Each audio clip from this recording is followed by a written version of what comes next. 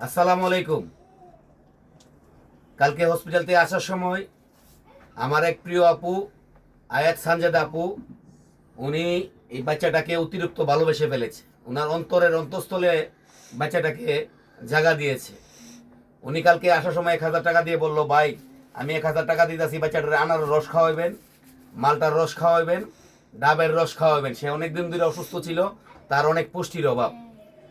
প্রিয় Facebook star centre ভাই ও বোনেরা, আমি আপনাদের কাছে একটা কথা বলতে চাই। ভাই আপনারা মনে কষ্ট নিয়েন না।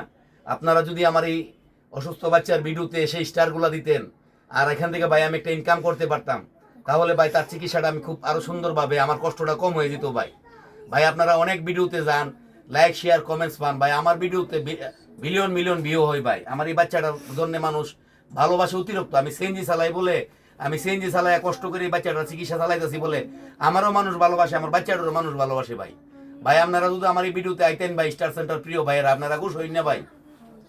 আমি এইভাবে আপনারা বলতাছি ভাই, যে আপনারা গুছ হইন না ভাই। ভাই আপনারা যদি আমার ভিডিওতে আয়া আমার এই বাচ্চাটারে ভাই স্টার দিতেন ভাই, তাহলে ভাই আমি আনতে ভাই তার খরচটা ভাই চালাইতে পারতাম, তার চিকিৎসাটা ভাই আমি চালাইতে পারতাম ভাই।